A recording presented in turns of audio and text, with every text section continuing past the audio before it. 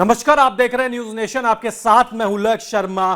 भारतीय महिला टीम जिस तरीके से ऑस्ट्रेलिया के खिलाफ दूसरे टी20 मैच में हारी है, वहां से बहुत सारे सवाल उठे हैं। क्योंकि पहले बल्लेबाजी फेल रही, उसके बाद गेंदबाजों ने थोड़ा दम तो दिखाया, लेकिन फील्डरों ने उनका साथ नहीं दिया। अब 3 टी20 मैचों की सीरीज 1-1 से बराबर है। अब इस पूरे दौरे की बात करें तो यह दौरा शुरू हुआ था टेस्ट मैच से, जिसमें टीम इंडिया ने एकमात्र टेस्ट मैच में जीत हासिल करी थी। इसके बाद वनडे सीरीज खेली गई थी। यहां पे उम्मीद की जा रही थी कि टीम इंडिया अच्छा प्रदर्शन करेगी, जैसा कि टेस्ट में किया था, लेकिन हुआ इसके बिल्कुल उलट। ऑस्ट्रेलिया ने 3-0 से सीरीज जीतते हुए टीम इंडिया का सुपड़ा साफ कर दिया, एक भी मैच जीतने नहीं दिया।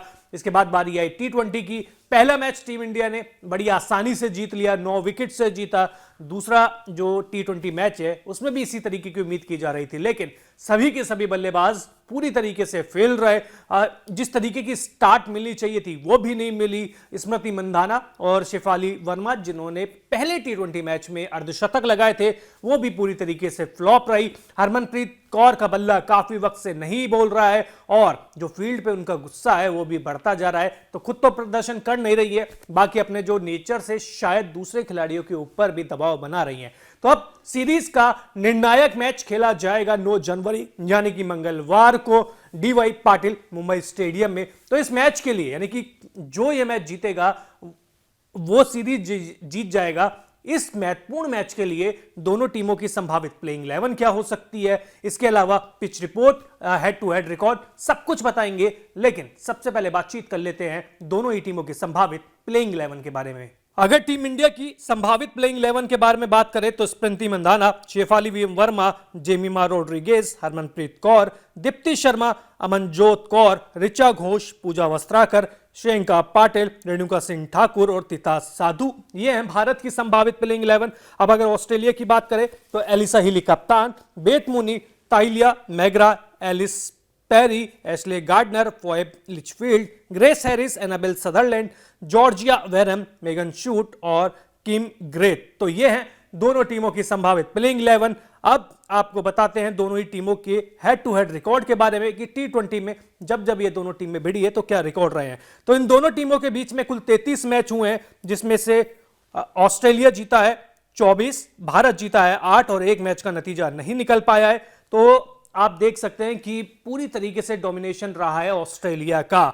आप पिच रिपोर्ट बताते हैं आपको। डीवाई पाटिल स्टेडियम मुंबई की पिच में उछाल देखने को मिलती है। शुरुआत में यहां तेज गेंदबाजों को मदद मिलती है, लेकिन बल्लेबाज थोड़ा भी संभल कर खेले तो रन बना सकती हैं, क्योंकि जैसे जैसे खेल यहां पे आगे बढ़ेगा वैसे वैसे स्पिनर्स का रोल बढ़ता चला जाएगा। तो इसलिए शुरुआत में यानी कि पावर प्ले का इस्तेमाल करना बहुत जरूरी है, जैसा कि ऑस्ट्रेलिया ने दूसरे टी20 मैच में किया था। अब आपको पिच रिपोर्ट बताई, आपको वेदर रिपोर्ट बताते हैं। 9 जनवरी को मौसम साफ रहने की उम्मीद है। काले बादल भी नहीं छाएंगे, ऐसा जो वो वेदर फोरकास्ट है वो कह रहा है। आसमान पूरी तरीके से साफ रहेगा और इसका मतलब बिल्कुल साफ है कि आपको पूरा मैच देखने को मिलेगा। अब आपको पिच रिपोर्ट भी बता दी, आपको वेदर रिपोर्ट भी बता दी, हेड टू हेड रिकॉर्ड भी बता दिए, वहीं आपको दोनों टीमों की संभावित प्लेइंग 11 भी बता दी। तो चलिए अब थोड़ी सी बातचीत दोनों टीमों के बारे में कर लेते हैं। अब अगर दोनों ही टीमों के प्रदर्शन के बारे में बातचीत करें तो सबसे चलिए पहले भारत की बात कर लेते हैं। बल्लेबाजी इस टीम की कमजोरी बनती जा रही है। एक बल्लेबाज रन बनाता है तो दूसरे हाथ खड़े कर देते हैं। खासकर इस टीम की जो सबसे बड़ी ताकत हुआ करती थी वही इस टीम की सबसे बड़ी कमजोरी है। जी हां, हम कप्तान हरमनप्रीत कौर की बात कर रहे हैं। बहुत लंबा वक्त हो गया रन नहीं बने इनसे। वुमेन बिग बैश लीग में भी खेली थी, वहां भी पूरी तरीके से फेल रही थी। शेफाली वर्मा और स्मृति मंधाना, इनके बल्ले से दूसरे टी20 मैच में रन नहीं आए। हालांकि पहले वनडे में दोनों ने अर्धशतक लगाए थे, लेकिन तब ड्यू आ गई थी, कंडीशंस बहुत ज्यादा इजी हो गई थी और ऑस्ट्रेलिया भी केवल 140 रन के करीब भी बना पाया था। इसके अलावा नीचे भी जाए तो ऋचा घोष लगातार रन बना रही हैं, लेकिन जब तक वो बल्लेबाजी के लिए आती है इतना बड़ा कोलैप्स हो जाता है, यानी कि लगातार विकेट गिर जाते हैं।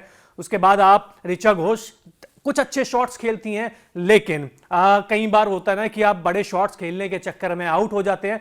तो उन्हीं के साथ वही चीज हो रही है, क्योंकि सामने से वो देख रही होती है कि लगातार विकेट गिर रहे हैं, लगातार जो कोलैप्स हो रहा है, बल्लेबाजी आ रही हैं जा रही हैं और सारा प्रेशर ऋचा घोष के ऊपर आ जाता है। वहीं दीप्ति शर्मा, अब इनकी पारियां अगर आप देखें तो नाबाद में दिखेगी आपको, 25 नाबाद, 30 नाबाद, 35 नाबाद, लेकिन इनकी पारी जिताने से ज्यादा मुझे लगता है, हमें लगता है कि पर्सनली हराने में ज्यादा कारगर साबित होती है, क्योंकि रन बॉल हमेशा खेलती हैं। जब जब तेज गति से रन बनाने की बारी आती है तब तक ये सभी फैंस को निराश कर देती हैं। उसके बाद फिर नीचे तो पूरे टैलेंटर्स आ ही जाते हैं।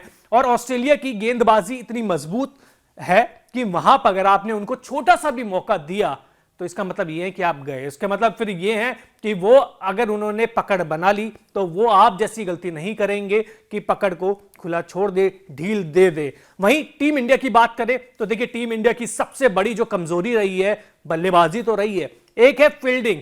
मतलब गेंद सिंपल सी हाथ में आ रही है, आप पैरों के बीच में से गेंद चली जाती है, जहां बाउंड्री रुकनी चाहिए वहां बाउंड्री रोक नहीं पाते हैं। ग्राउंड फील्डिंग खराब, कैचिंग खराब, ऐसे तो आप देखिए कैसे आगे बढ़ेंगे, आप खुद ही सोच लीजिए। और ताजुब की बात यह है कि अब तो T20 सीरीज में सारे यंग खिलाड़ी हैं, सारी युवा खिलाड़ी खेल रही हैं, इसके बावजूद फील्डिंग का ये स्टैंडर्ड है, ये सही बात नहीं है, भारतीय क्रिकेट के लिए सही बात नहीं है।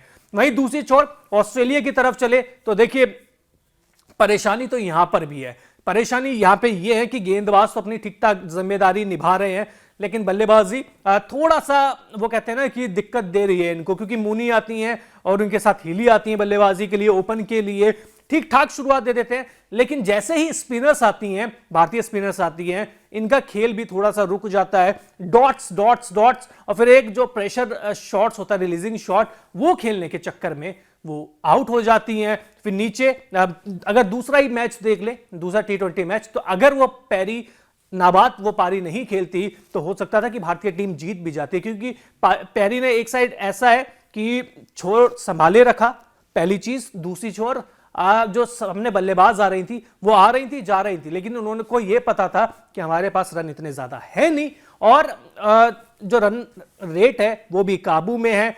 भारतीय स्पिनर्स को अगर अच्छे से खेल लिया तो भारतीय तेज गेंदबाजी में वो दम नहीं दिखता।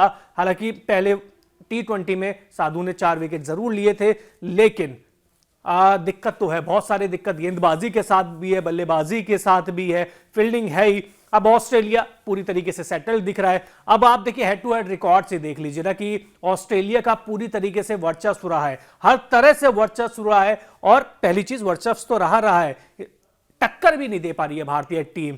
टक्कर जैसे मिलती है मिसफील्ड हो जाती है, जहां डॉट बॉल का प्रेशर होता है, जो फील्डर है वो मिसफील्ड करके ऑस्ट्रेलिया का सारा प्रेशर दूर कर देती हैं। तो अब ऐसे तो आप T20 वर्ल्ड कप का अगर जीतने का सपना देख रहे हैं तो मत देखिए, क्योंकि ऐसे प्रदर्शन से तो सपना सपना ही रह जाएगा। तो भारतीय टीम क्या तीसरे T20 मैचों में T20 मैच में अपनी गलती से सबक लेगी?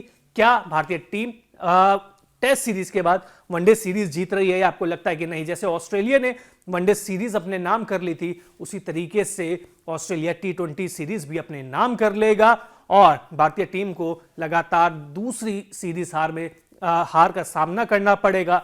कमेंट बॉक्स में जरूर बताएं। वहीं अगर आपने अब तक न्यूज नेशन को सब्सक्राइब नहीं किया है तो जल्द से जल्द कर लीजिए। बहुत बहुत शुक्रिया।